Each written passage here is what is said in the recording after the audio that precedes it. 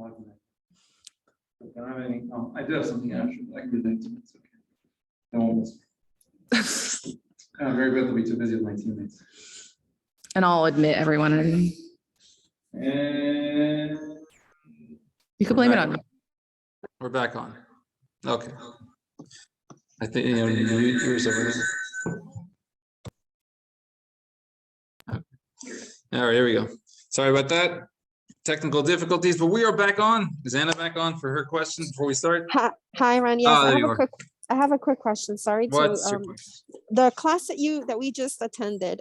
Is that recorded? Will we have access to like I watch have a it feeling again? it was recorded. Reach out to Kevin or Amanda. I'm sure they have it recorded. Because it was awesome, and I missed a few things. But thank you.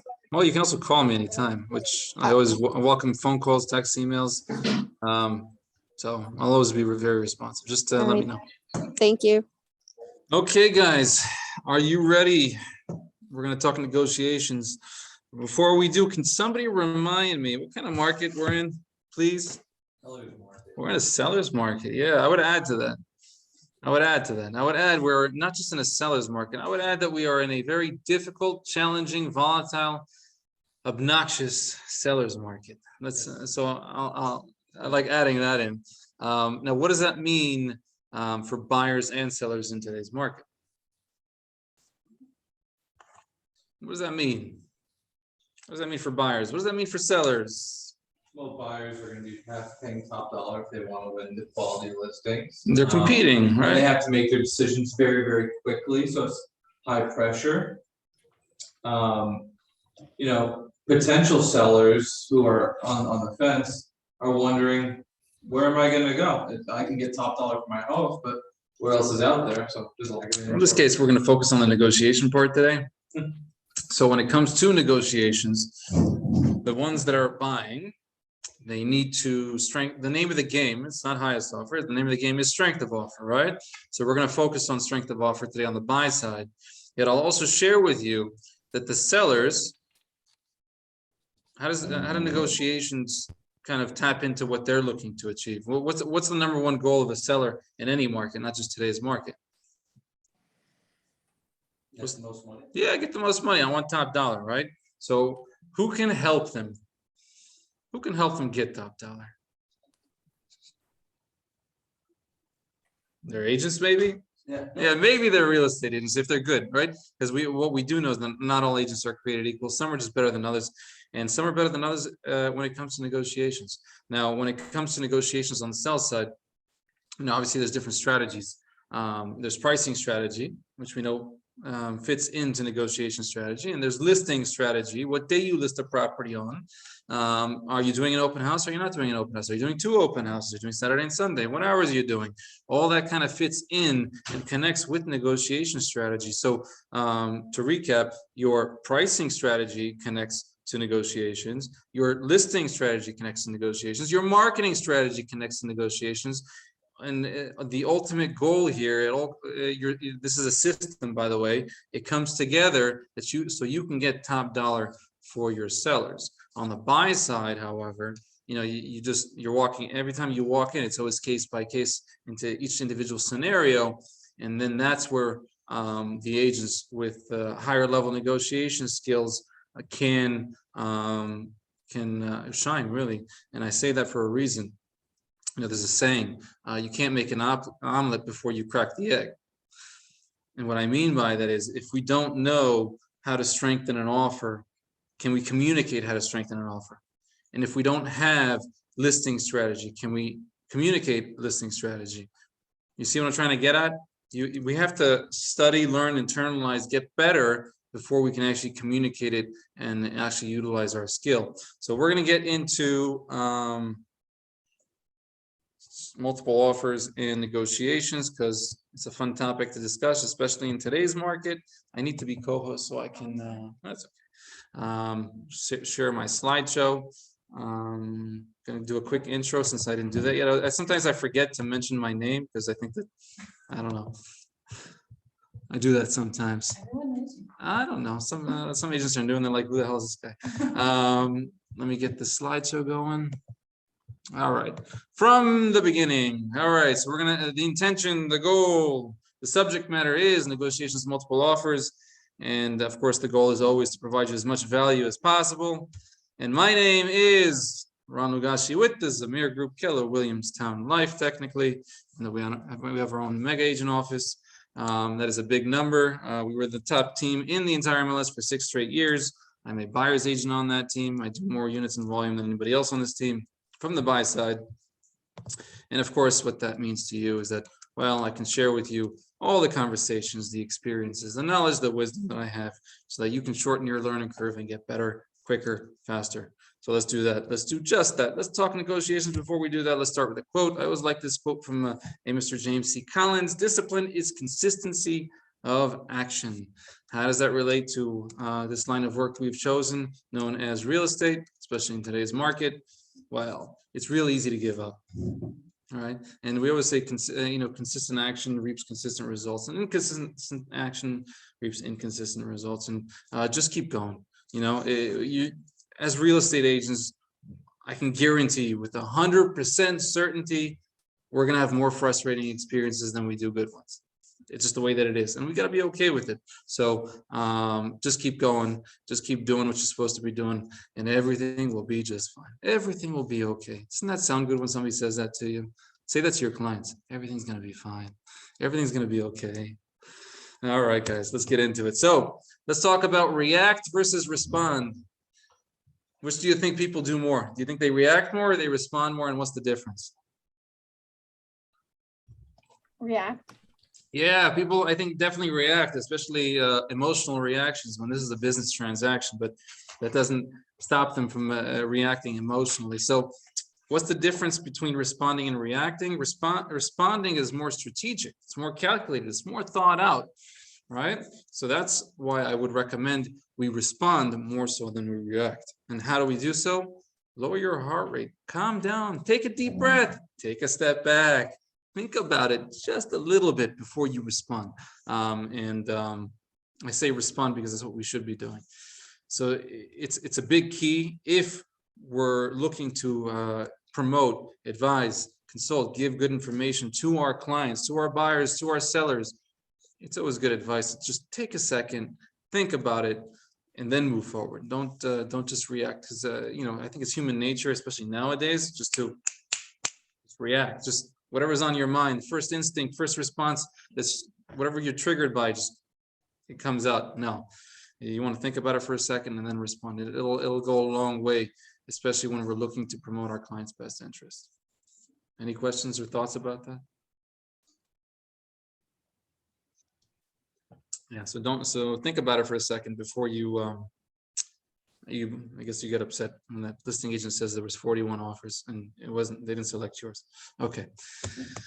Open-ended questions. Now, open-ended questions is, I wouldn't just say one of the most potent tools, it's the most potent tool. And it's going to connect with when we're talking about strength of offer, it's going to connect with the first thing I'm going to mention. And you have to pick up the phone, guys. So we're going to talk about strength of offer in a second. At the very top of the list, it says relationship with agent. I always say, and I said it on my last call, and I'm going to say it again, you want to be better than 90% of the agents out there, you have to just do this one thing. One thing. What's that thing? Pick up the phone. What makes that so? Well, I'll share with you that we get a lot of listings with a lot of multiple offer situations, and the majority of the agents don't do that. They're clicking, they're sending that offer, they're doing this, they're crossing their fingers, they're saying a prayer, and they hope it was empty, and they hope to get the offer accepted, where it's not likely to happen. I mean, I'll put it this way. If they're not calling the listing agent asking questions, is that buyer's agent promoting their buyer's best interest? I would argue that they're not. So if you want to be better than the majority of buyer's agents out there, just pick up the phone. What kind of questions should we be asking? Well, I'll share also that we're not limited to any questions. You can ask any questions you want. They might be limited to what they can tell you, yet if you don't ask, you won't get. So some basic questions can be, well, other than price, what's important to the seller? find out what's important to the seller. Now, I've heard all kinds of things, and it's not always the money, by the way. I'm trying to pull up my notes. The many sellers might tell you it's, I don't know where I'm going. I want to stay in the property a little bit longer, or you know what, there's a lot of junk in the house. I don't want to remove this junk, or you know what, I don't want to deal with the CCO. There's all kind. If you don't ask the question other than price, what's important to the seller, you won't know that they don't really want to fix anything. So as is really important to them. Or you know what, they're really concerned with the appraisal. So waiving the appraisal, we have to ask the questions. What other questions can we ask them? Of course, well, how many offers you got? Where do I need to be in order to obtain? Or some pretty basic questions. I'm not saying that all listing agents will tell you, but some will, right? And it ranges to the personality that we're dealing with on the other side. Some agents won't tell you anything. They won't even respond to your phone calls sometimes, or your text messages, or your emails, or anything else. Now, on the other extreme, some agents will tell you everything. They'll tell you their life story. They'll tell you the seller's life story. They'll tell you exactly where you need to be. Yet, if you do not ask the questions, you will not get the answers. So ask the questions. Now, connection with the real estate, with the other agent, building rapport is really, really important. When we're talking about negotiations, connection, relationship is important. It's a tactical way for you to provide an advantage to your clients, right? So how do you build trust? How do you build empathy? How do you build rapport? How do you get the other agent to verbalize the seller's needs and wants? Again, pick up the phone, right? So you're looking to connect with them at a much higher level so that you're putting your buyer in the best possible position. You can only do that really over the phone. Even via text message, it doesn't really do the job.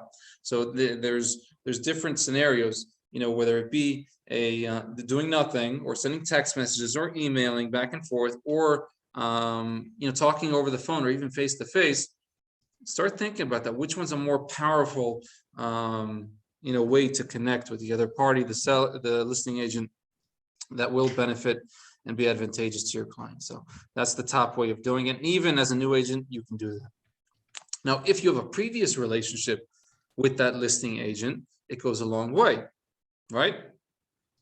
Because if I said, Stella's the listing agent, and I say, hey, Mrs. Listing Agent, you have 8 offers, and your top 2 offers are me, which we've done business together. My attorneys, my lenders, I prepare my buyers really, really well. I'm going to do whatever it takes to get to the closing table. Oh, and then you have this other very comparable offer with a very similar down payment, closing date, terms, price, but you don't know the agent, you don't know the lender. Who are you choosing, Stella?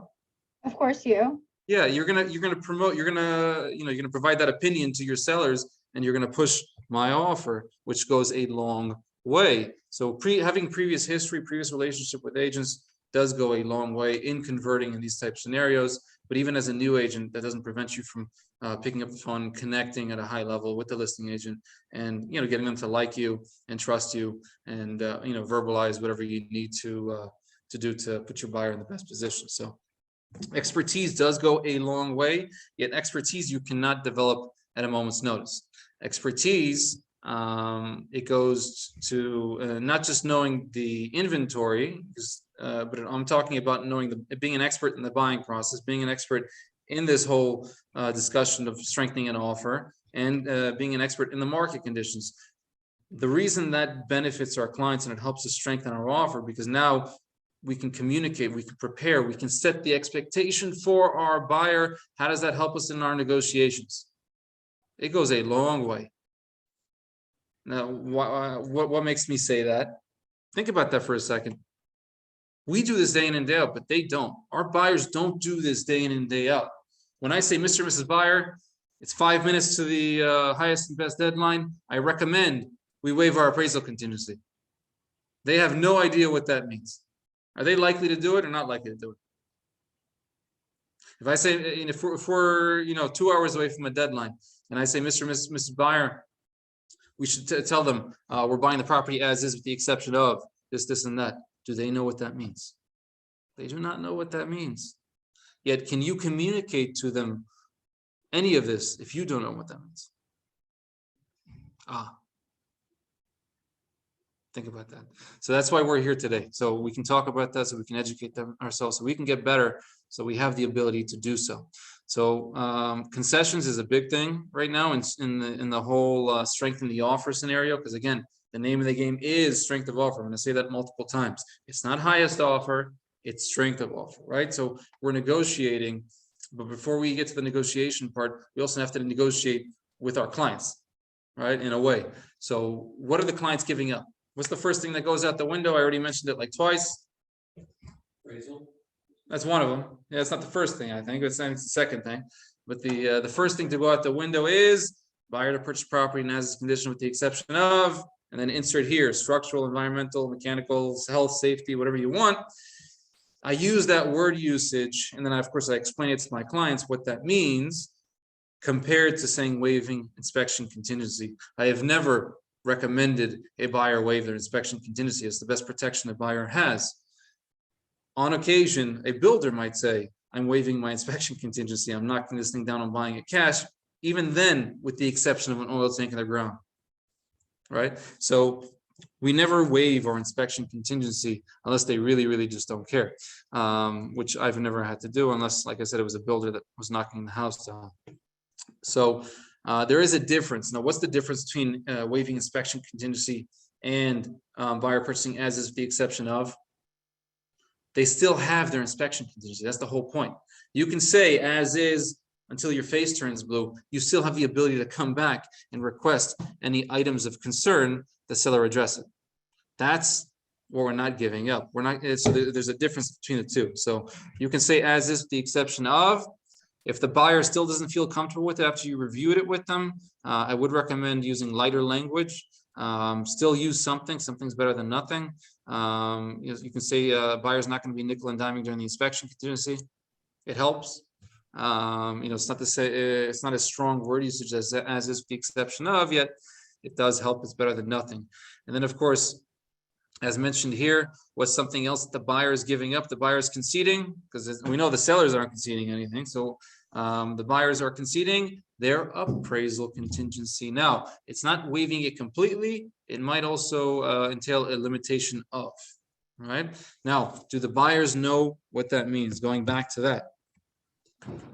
No, they do not know what that means. We have to explain it to them. What's worst case scenario? What's best case scenario?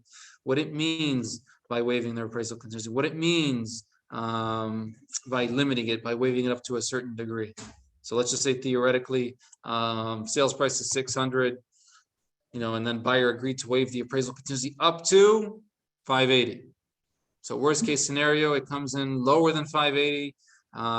Then the seller would need to address the lower amount by adjusting the sales price by a proportionate amount, but the buyer will be responsible for that $20,000 gap. And ultimately, I'm just simplifying right now. The message we're looking to communicate to the other party by strengthening our offer, by saying we're waiving our appraisal contingency or limiting it, is just this. We're going to move forward if there's an appraisal issue. That's it. That's what we're looking to communicate. And you can simplify it in those terms to your buyers as well. Mr. and Ms. Buyer, we're just communicating that we're still going to move forward if there's an appraisal issue. Now, obviously, not every buyer has the ability to do this. If you're coming in with 50% down, you definitely have the ability to do it. But if you're coming in with 5% down, you don't. If you're coming in with 10% down, you can probably limit it. You can't waive it completely. If you're coming down with 20%, be careful because your clients need to know that if they change the loan to value and it goes under 20 and it goes to 18, goes to 15 or whatever the case may be, there's something called PMI, and they may be charged with this. So it does change their loan slightly, yet that conversation could be taking place along with the lender. Again, they need to know what the worst case scenario is. And there are different options. Yes. Hey, Ron, it's Patty. Are you taking questions? Do you want people to hold them? Oh, you know what? So the way it works with me, I'll keep talking if you let me. If somebody has a question, just unmute yourself and ask the question. Hey, Ron, I actually had a question for you in regards to waiving contingencies. I had a client that was buying a condo and they were saying, well, the listing agent was saying, you might as well waive all of inspection if you want to get it because it's a condo. You're not responsible for anything. Is that the No, there's smart thing to still do? no. So while you're not responsible for the exterior, because that's HOA is responsible for maintaining, the siding, the roof. So sometimes it's even the decks, the patios. Yet the interior, the walls in, the landlord or the buyer would be responsible for. So what if the water heater is not working? I don't know. Okay. There's obviously you're limited because it's such a small space, especially if it's a newer building, fine, but you still don't want to waive it. But if there's anything major like the cooling or the heating system that's not working, and some buildings have a central room, and some newer buildings have it like just the what do they call it, the elevator furnace. They have it like in the patio or towards the back or something like that. So sometimes you want to make sure that all that stuff is in working shape prior to closing. So there's still some components that you want covered. And in a condo, it's usually what, heating, cooling, water heater, stuff like that. If it's just like a diverter between a shower and a tub, and it's going to cost you $200 to fix, fine. But anything major, you still want covered. Because it seems like with this particular building, the water heater and the heating, like it's all part of the HOA fees. Right. So it's not inside the unit. The building takes care of it. So Yeah. inside the unit, what are you going to find? You're going to find a hole in the wall. You're going to find the appliances aren't, the dishwasher's not working, the sink's dripping. There's a leak at the underneath the bathroom. It's like minimal stuff that any handyman can fix. But still, you have to advise your client appropriately, right? Thank you so much. Yep. Any other questions? Awesome. Just stop me if you do. Where was I? PowerPoint. Here we go. Share. All right. Let's get back to concessions. So that's the two strongest ways. Again, we're negotiating with our client, not negotiating. It's another word for it. We're influencing our clients. I don't want to say negotiating. We're influencing our clients. We're influencing them by educating them, right? We're preparing them. We're setting the expectations for them. And in a way that's going to help us. It's going to go a long way in the negotiation part, in the strength of offer part on the buying end, to obtain. Our goal here is to provide the strongest possible offer so that we can obtain this specific property for us and our clients, right? It doesn't end there. It's only the beginning. Obtaining it, we have to obtain first and then worry about the rest later. So let's talk about terms. The most basic of terms, is closing date, right? Now, I will also tell you that I always ask the question from a listing agent, what is the seller's preferred closing date? Pretty simple question. I will also tell you, I've never, ever, ever had a listing agent tell me none of your business. They always tell me. And if they had it their way, if there was 8 offers or 10 offers or 12 offers, they'd have all the offers with the seller's preferred closing date on it. Why not? They're promoting their seller's best interest, right? So if you ask, you get. You don't ask, you don't get. Ask the questions. So what if you ask the question and they say they want a longer closing?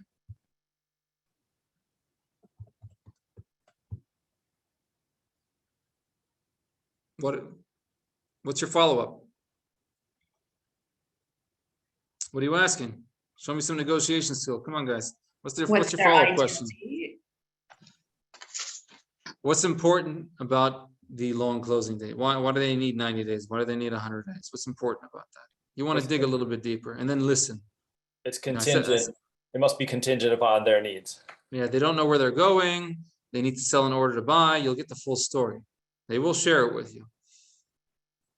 And then we can talk about creative ways to strengthen an offer. We'll get to it in a moment. But we have to ask questions and we have to listen. Again, we're asking open-ended questions. We're not asking yes, no. We're asking open-ended. It goes back to the initial slide in the conversation. We're asking open-ended questions so we can get more information so that we can put our buyers in the best possible position. Now, it also goes both ways, by the way. Let's reverse the roles here for a second. You're the listing agent. You're providing this information. Does it promote your seller's best interest, yes or no? I would say it does. Right? If the seller needs it would help them obtain a lease back. Wouldn't it be a good thing to tell the agents that have a very, very high sense of urgency, or at least their buyers do? Actually, A lot of the agents have high sense of urgencies too, but it shouldn't be that way. They shouldn't be tied to the outcome. But anyway, it's a different discussion for a different day. So does it promote your seller's best interest if all the offers promoted your seller's best interest? Yes, I think it does. So sometimes it does promote your seller's best interest to disclose some information. A lot of listing agents, we mentioned it before, they don't even answer your calls. They don't answer your calls, your texts, your emails. Are those sellers promoting their seller's best interest in negotiations? I would say no, they're not. I would say from a listing agent standpoint, it does. If you're going to promote your seller's best interest and negotiate the best possible deal, you might want to answer your phone. So it goes both ways. If you're a listing agent, answer your phone. If you're a buyer's agent, pick up the phone. It goes both ways, guys. Okay. So promote your client's best interest. We'll just simplify it that way. I think that sometimes listing agents, they're afraid to provide certain types of information, yet if they were very good negotiators, they just by saying a few words, they can get the best possible deals for their clients. So, there's different ways to go about it, but we'll talk about that after we're done with the slides because I don't want to run into overtime. So terms, again, ask the questions, you'll get the answers. Escalation clauses, I'm not a fan of escalation clauses, I'll tell you that now. I just want you to be aware, there are times you don't want to be using escalation clauses. So it's actually the opposite discussion of what you're thinking. So this is a tool that's seldomly used, it's rarely used in real estate. It's usually used when a buyer and a buyer's agent just have no idea where this craziness is taking them, and they don't know how high it's going to go, so they use an escalation clause. So if you know your stuff, or you have a good relationship, or you obtain information, you don't really need to use it. Yet there are times you don't want to use it. A lot of agents, listing agents and sellers, are anti-escalation clause. They don't want to see it. They don't want anything to do with it. You don't want to be using them in those type of scenarios. How you find out? Ask the question. Is it okay if I use an escalation clause? They'll tell you. And then, of course, if you're up against a cash offer and you know that there's another cash offer, and being $1,000 or even $5,000 above cash offer is not going to help. So you don't necessarily want to be using it when you're up against a cash offer. So there's certain scenarios you don't want to be using it. The most common tool, now there's a lot of strategy, a lot of negotiation strategy that goes in relation to this particular tool. It's called a highest and best. It's a tool that's utilized by many sellers and listing agents in today's environment. It is, in my opinion, the best way to squeeze top dollar out of a buyer and a buyer's agent. Yet, I will also share with you, there are times when they don't do it. What I'm looking to make you aware of, looking to convey to you today, don't be one of those buyer's agents that tells your buyers, hey, Mr., Mrs. Buyer, as a strategy, let's submit offer at asking, and then right before the deadline, we'll update our offer, submit the offer, our best possible offer. And then, of course, the seller and the listing agent, they don't do a highest and best. They select one of the offers. It's not yours. Congratulations. You are this close to getting fired. Don't do that. It's a simple question. Ask the listing agent, do you anticipate conducting a highest and best, or is the seller just going to be selecting an offer? They know. Trust me, they know. Right? Letter to seller, bios. Love letters. I didn't put an asterisk, but I should put an asterisk next to this one. NAR says we shouldn't be doing them. I added in here for a reason though. When we talk about strength of offer, it's just a simple question. Does it strengthen your offer or does it weaken your offer? And if you speak to many agents that utilize these, they'll tell you their buyers were able to obtain those properties with these letters that they would not have been able to obtain without them. So in a way, it does strengthen your offer. I'm telling you, be very careful with them. You have to ask your brokers if you can or should be using them. NAR recommends that we do not. Okay, guys? So you can get creative with those as well. Lenders, simple question. Does a lender weaken or strengthen your offer? Strengthen. It strengthens your offer. How so? Well, especially if the listing agent is familiar with that lender, has worked with them before, or if not, they can pick up the phone and speak with the lender. It goes a long way. Yeah. So let's say Patty is Mrs. Listing Agent. She has two very comparable offers. One of them is Carnegie Mortgage, and the other one is 123 Mortgage out of Missouri. Which offer do you feel more comfortable moving forward with?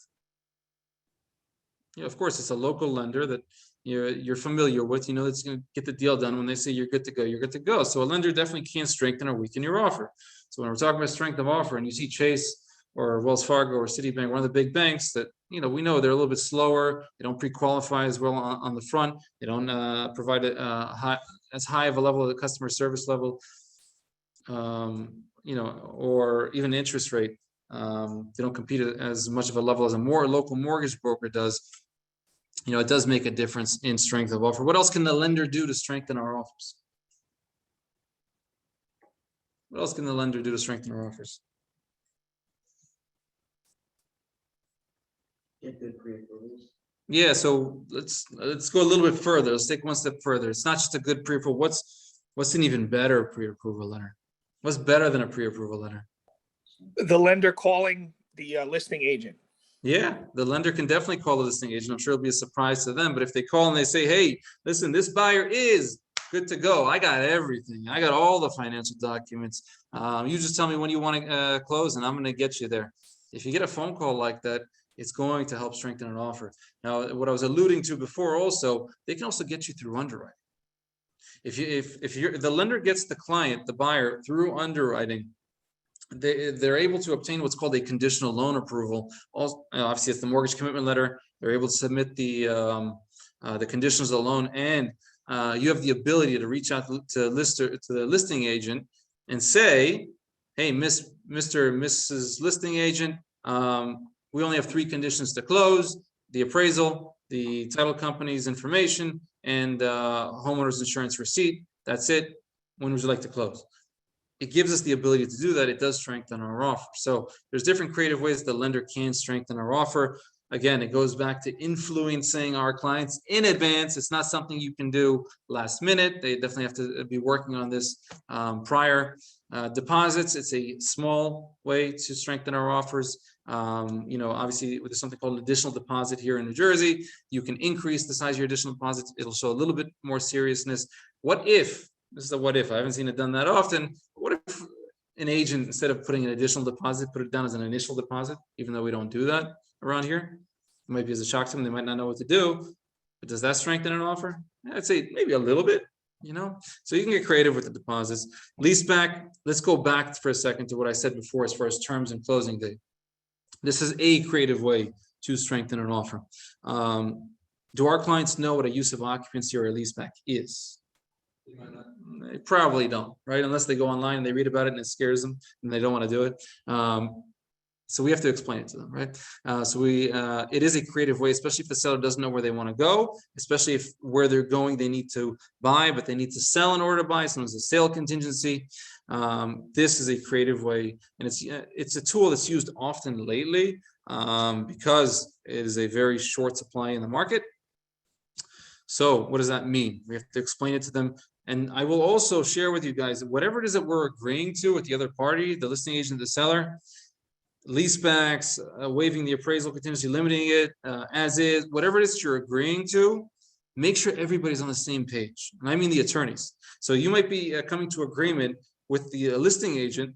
So, okay, they're accepting your offer. You send it to the attorneys. You didn't mention, oh, they're waiving their appraisal contingency, or they're waiving this, or they're doing that, or whatever. And now all of a sudden the attorney changes the terms on their riders. What's likely to happen, especially if the attorney doesn't want to budge? You worked so hard. Oh my God, you worked so hard to get this accepted offer. And now it might be going sideways and fall apart because somebody decided to change the terms because not everybody was on the same page. When you send over the executed agreement over to the attorneys, to both attorneys at the same time, make sure everything is like asterisk. They did this, asterisk. They did, like, make sure it's clear. Everybody knows what you're agreeing to. Okay. Just a suggestion, just a tip. You don't have to do it, especially if you don't like smooth transactions. Okay. All right, guys. Any questions so far? Must be doing a good job. Okay. All right. Let's keep going. So some other ways that we can strengthen our offers. It's called the buyer consultation. We just had a class about it. How does a buyer consultation help us with negotiations? How does a buyer consultation help us influence our clients? How does a buyer consultation help us prepare our clients? No. How does a buyer consultation Knowing- help us set the expectations? Well, knowing their motivation helps. So that way you're not showing them completely opposite homes than what they're looking for, as well as knowing what they can afford during the pre-qual interview or consultation. You can find out all their details, what they want, what they don't want, what are they pre-qualified for, and just understanding their motivation of moving, whether it's a job or whatever. Yeah, And- this is not, I'll add to that, Stella. This is not a looker's market. Mhm. This is not a market that you just go look at homes. This is for some serious buyers. An A buyer, does anybody know the definition of an A buyer? What's the definition of an A buyer? Somebody who's ready to buy. Yeah, ready, willing, and able. That's not the definition of an A buyer in today's market. The definition of an A buyer in today's market is the buyer that's ready, willing, able, and willing to do whatever it takes. That's the definition of an A buyer in today's market. The old definition of an A buyer is now like a B buyer. Because if you're not willing to do whatever it takes, you're probably gonna be homeless a little bit longer than you would expect. So how do we get them to that point? How do we make them? How do we get them from being a B buyer to a real A buyer? How do we do that? That's what the buyer consultation is for. That's what preparation is all about. We're preparing them for what's ahead, for what lies ahead. Again, if we're gonna take the advisor approach, the consultative approach of being a buyer's agent, we're going to prepare them. We're going to set the expectations. We're going to educate them. We're going to get them ready so that we can promote their best interest and strengthen these offers and obtain at the highest possible level. Well, have you found, even with the buyer consult, that some buyers need to lose at least one? Oh, yeah. Before they're really I good? call it learning the hard way. Yeah. Yeah. That seems. So I have those buyers. You probably have those buyers. We all have those buyers. You can prepare them until your face turns blue. You can prepare them better than anybody else in the world. There are those buyers that just, they got to learn the hard way. They got to lose out once, and then they're like, oh, he was right. They got to lose out twice, and they say, oh, he was right again. And then, just depends. Everybody's different. Hopefully, they give you enough opportunities to do so. You don't want to.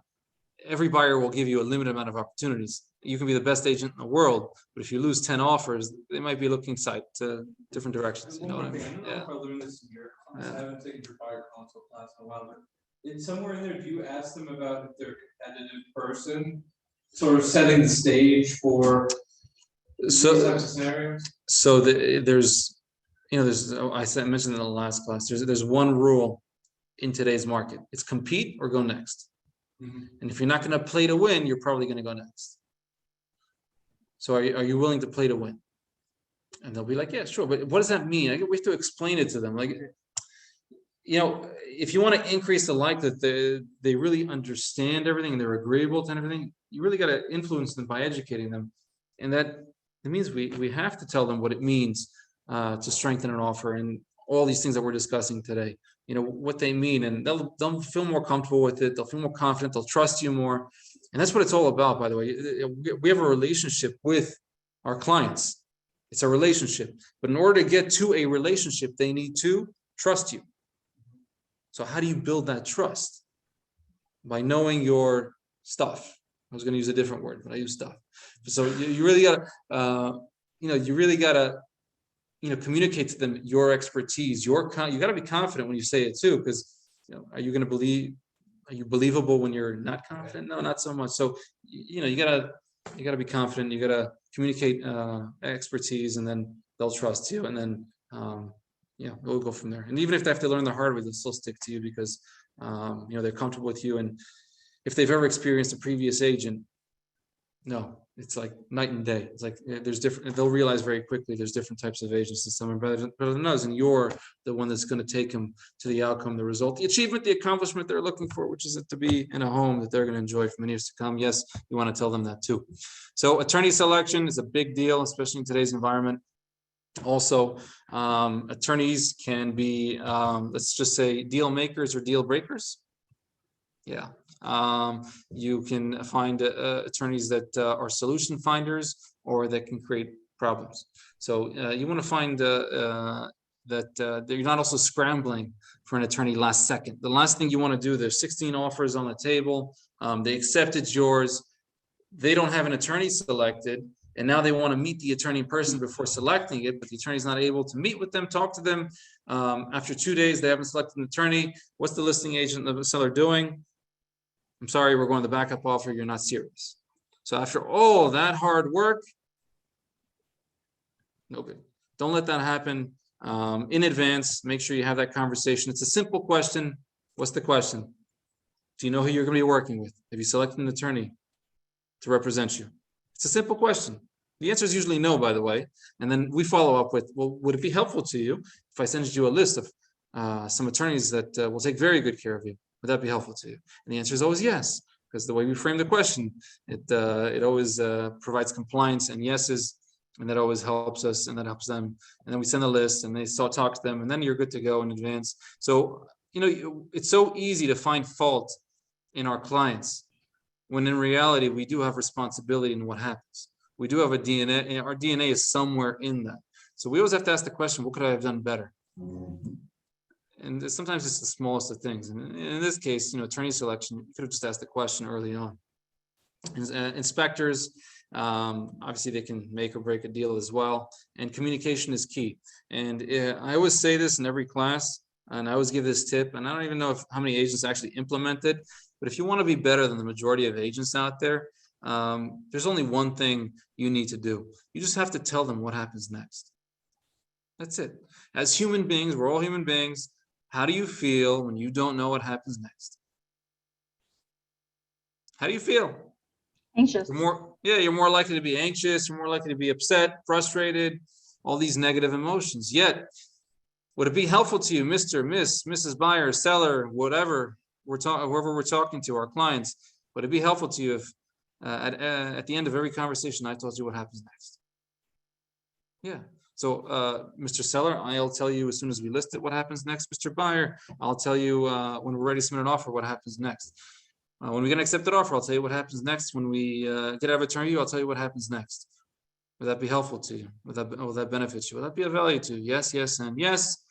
Please tell them what happens next. There's no way that they remember everything that you say. Generally human beings, they retain about 10% of information. Depends if they're visual, audio, or emotional, but either way, it's about 10%. So they're not going to remember even close to everything that you're going to say. So always tell them what happens next. You can never repeat yourself too many times. Just because you think you went over what happens during the inspection contingency at the buyer consultation, don't think that they remember that. You have to tell them before you schedule the inspection, during the inspection, after the inspection. Always tell them what happens next so that you can have a smooth transaction. Again, any questions, you let me know. I'm just running out of time, so I'm going to talk a little bit quicker.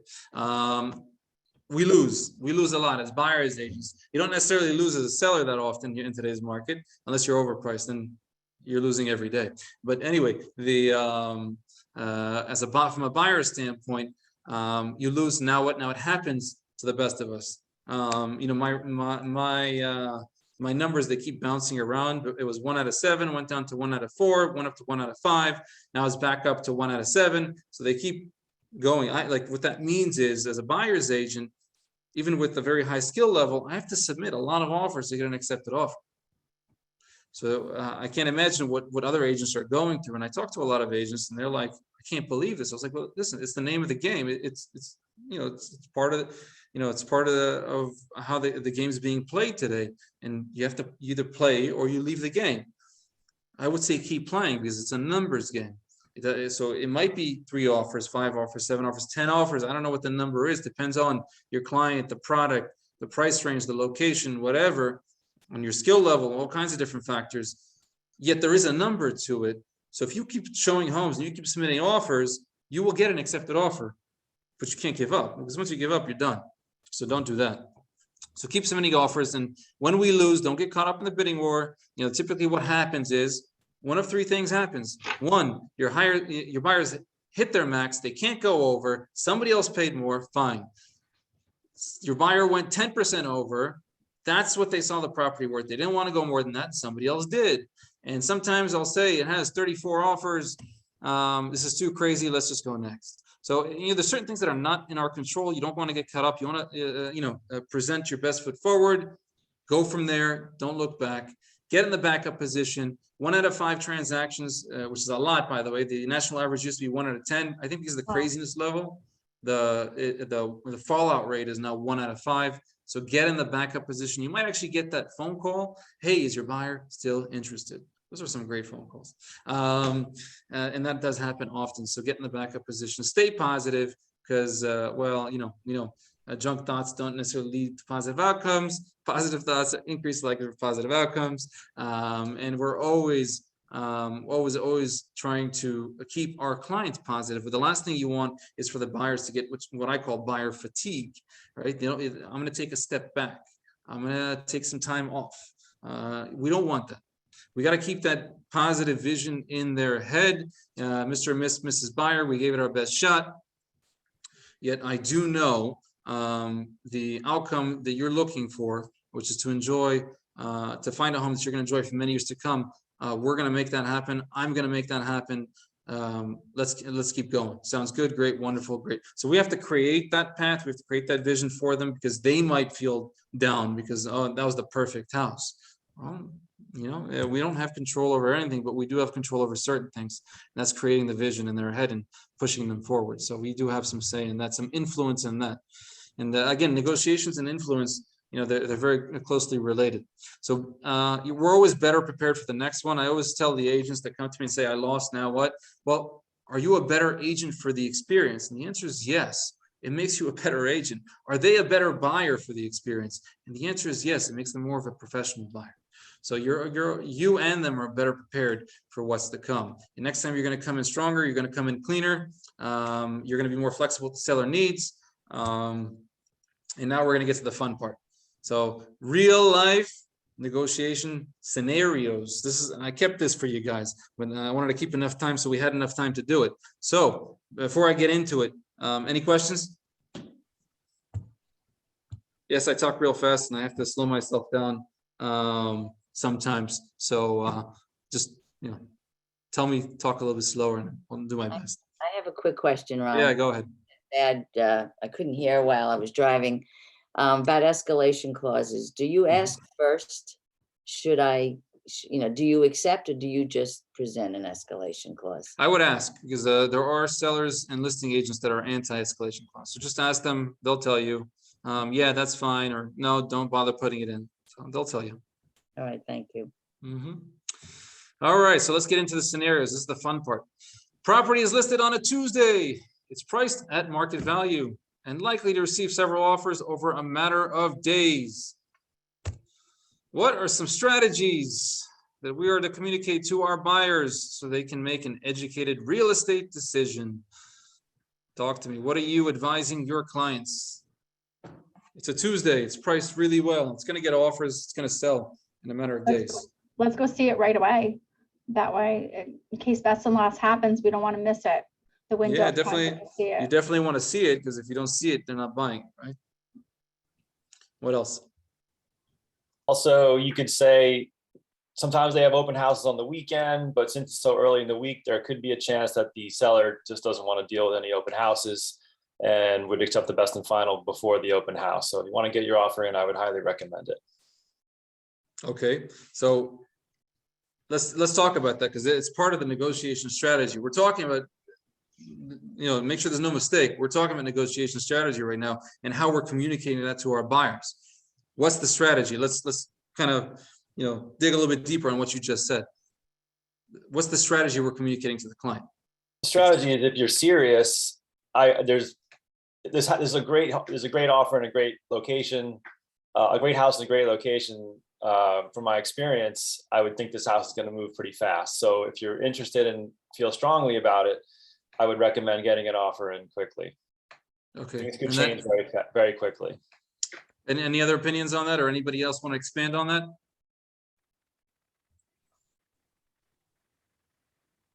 So here's the one thing. It goes back to what I said before. Mr. and Mrs. Buyer, the first thing that we're gonna do, I'm gonna pick up the phone, I'm gonna call the listing agent, I'm gonna see if they intend on doing an open house or not. If they intend on doing it, no matter what offer comes in, we're gonna hold off on submitting an offer. And the reason that we wanna hold off on submitting an offer is because I don't want that your offer being used against you. Now, if there is a chance that we can shut this down and they'll cancel the open house, we're gonna go ahead and submit a very good offer, strong and clean offer. Is that okay with you? Yes, great.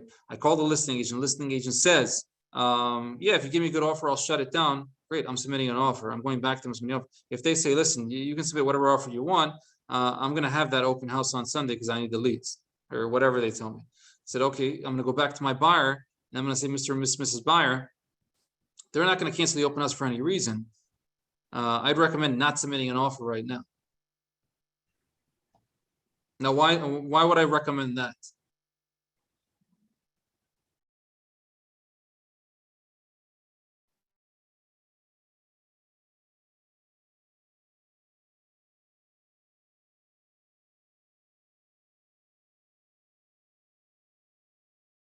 So what's the first question a buyer asks if they like it? Are there any offers on? Yeah, are there any offers? Why, yes, we have a very strong offer above asking. What's that going to do?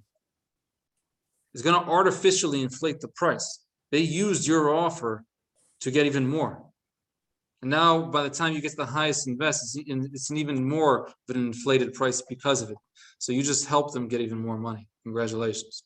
So that's why being strategic and having a negotiation strategy is important, because it can cost our buyers and sellers a lot of money. Now, on both ends, by the way, that same in today's market, that same agent, he's probably looking for leads too, right? He's probably looking to get the most money for their seller, which means they need the most activity so they can get the most offers, so that they can squeeze the most. It's all part of their strategy at the end, whether they know it or not. And most agents don't even know that they actually have a strategy if they do. So let's go next. Property is listed for 1 week. It's priced well at $389. It's a Friday. What are some strategies to communicate to your buyer? I think it's the same one as the last one, honestly. At $389, it's probably going to be a frenzy. It's going to be a zoo. It's basically going to be what a train station looks like during rush hour. So it's going to be crazy busy. You don't want to submit an offer until at least Sunday at 4. No, after they're done with the open house. If they're not having an open house, I think it changes the scenario a little bit. Also, the way that they decide, if they're just going to make a decision quickly, it also makes a difference. But for that, we got to pick up the phone. We got to ask. But if they're going to allow all this activity over the weekend, there's no point submitting an offer so early. You can take the time. You can still view other homes, and you can submit an offer when ready. So it makes a huge difference depending on the day. If it's a Tuesday and they can shut it down, if you might have the ability, it's a 1 out of 10, I'd say, because some people are still anxious about COVID, guys. They don't want 1,000 people walking through their house. If they get a really good offer, will they shut it down? This is where expertise comes into play. If they priced it wrong, which happens a lot, it happens a lot. Every single day I see listings that are way underpriced. I'm not talking about it by a little bit. They're underpriced by $100,000. Like they just, those agents are not familiar with the area. They don't know what's going on. They're looking at comps that were 3 to 6 months old, which has nothing to do with today's market. So instead of having the frenzy, instead of having 1,000 people over 2 days walking through their house, a very good, strong offer may do the job. Now, if we have the ability to go back to our buyers and say, Mr. and Mrs. Buyer, this property is completely underpriced. Don't look at the list price. They're willing to shut it down for a good offer. Not you. Another buyer is willing to pay X for it. What do you think? And they're agreeable to it. You can actually shut it down. That's a rare thing in today's market. The majority of sellers, they want the exposure. They want the activity. They want to make sure they're getting top dollar. So they'll extend the timeframes. But again, be sure to obtain the information from the listing agents. Pick up the phone, obtain the information, promote your buyer's best interest, okay? Let's go. Property has multiple listing agents not familiar with your lender. This is a creative one. This is one of the creative scenarios, right? So what are you doing? Property has multiple offers. Listing agent is not familiar with your lender. What are some of the strategies that you can do to, what can you communicate to your buyers so they can increase the likelihood they obtain? They don't know or don't like your lender. What can you do? Gotta get the lender involved. Lender speak with the listing agent. Yeah, you can get the lender to call the listing agent. Maybe it'll give them a little more comfort. What else can we do? Reach out to another lender, Yeah, but which one?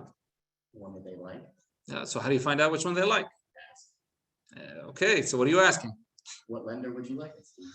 Who's your preferred lender? Now, and the clients need to work with that lender. No. They just need to get a pre-approval from that lender. They don't need to work with that lender. They can feel free to shop around, work with whatever lender they want. But getting pre-approved with the listing agent's preferred lender, does that strengthen their offer? Yeah, I think it does. It's just a creative way. It doesn't mean they have to. Many buyers, they might not want to. Oh, it's going to affect my credit. No, I'm really good at this lender. No, just have them call, whatever. But it is a creative way to strengthen your offers, especially if it's just an ABC mortgage out of Pennsylvania, right? So it's Saturday and your buyers love the property, like love the property. Currently no written offers, seems to be priced well. How do you suggest they proceed? There's really two options here. No open house. I would go a little bit over asking. No, No, there's two options. One, you can just submit an offer. They don't have an open house. You can submit an offer at asking now, or you can wait until after the end of the weekend, and then you can submit an offer then. There's, it just depends on the scenario. Again, we're going to reach out and obtain as much information as we possibly can. Yet, we're always going to provide options and the best possible options for our buyers, for our clients to select to move forward with. And it's funny because every scenario is case by case.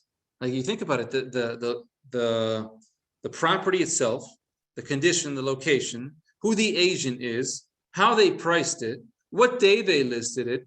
You're starting to think there's a lot of factors that come into play. How many offers are in there? Are they doing an open house, not doing an open house? Are they doing Saturday and Sunday? Are they doing just Sunday? There's a lot of moving parts here. That's why every scenario is a little bit different. That's why it changes our strategy. And when I say strategy, I mean negotiation strategy. And we have to communicate that strategy to our clients. If you have if you can communicate strategy at a very high level to your clients, they will trust you more. It goes hand in hand, right? So, it's all very fun scenarios. And I think we're at the end where I got this right in there, like last minute, huh? So I guess we got like 1 minute left. It's okay if we go a little bit into overtime. Does anybody have any questions? Is there anything that anybody wants to add? Any opinions, comments, issues? What you guys got? Ron, if I could just add, when the agent is making that phone call to the listing agent, if a question that they ask universally, and you've said this, I'm just underscoring it, am I going to have a chance to come back? Or is this final and best right now? And when can I expect an answer? Yeah, I think the majority of agents are good with posting the highest and best deadlines on the MLSs nowadays. It wasn't always like that. I think recently they've gotten a lot better with it. I see it a lot on Showing Time too. They'll send the messages via Showing Time, highest and best that we do this and this. So the majority of agents have actually gotten in our area. I'm talking about Bergen County. I'm talking about other areas. Other areas, I think we'll have a different type of conversation. But I think a lot of the agents in NJMLS in Bergen County, they've gotten really good with just posting the highest and best deadlines out there. But it doesn't prevent us from calling, reaching out, and really discovering exactly what's going to happen next. Because if we don't know what happens next, how are we going to communicate it to our clients? So always discover and communicate. Ron, I have a question about the last example you gave. Let's say your client's going to wait till after the weekend to put their offer in. Would you still give a heads up to the listing agent that an offer is coming, just so that they don't accept something else in the meantime? Depends what they tell me. So if they're already getting offers, then it doesn't matter. Think about it. If they already have 4 offers on the table, it's a Saturday, they already have 4 offers on the table. What's one more? So I'll give them asking just to be in the mix, just to get the updates if they're going to be doing a highest and best. If they say, listen, we're not going to be looking at offers until Wednesday anyway, then there's no sense of urgency. I can submit it today, submit it tomorrow. So it really depends on the moving part, on the different factors. Okay. I'm one of those that likes to be in the mix, likes to be updated. So if there's no disadvantage to my client, I'll submit an offer for asking and then just update my offer right before the deadline. But I'll make it clear that I'm updating my offer before the deadline.